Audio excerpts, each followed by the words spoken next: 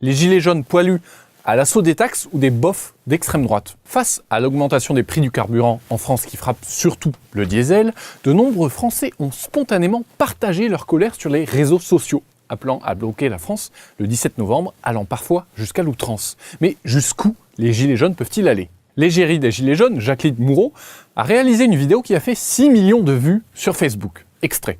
Quand est-ce que ça va se terminer, la traque aux conducteurs que vous avez mis en place depuis que vous êtes là ? Parce que là, on atteint des sommets.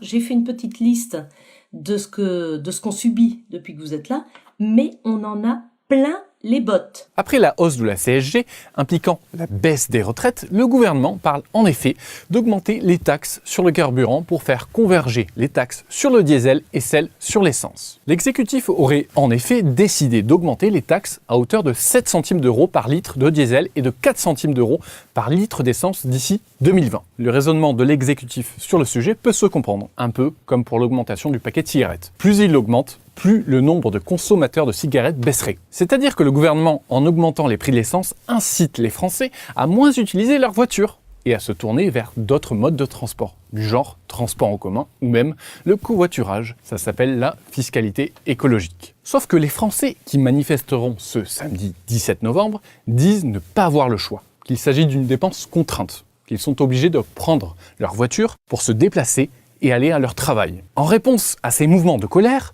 les membres du gouvernement ont peu à peu réagi, annonçant la mise en place d'une prime à la conversion pour remplacer les vieilles voitures. Ici, le Premier ministre Édouard Philippe. Nous allons utiliser 2 grandes mesures.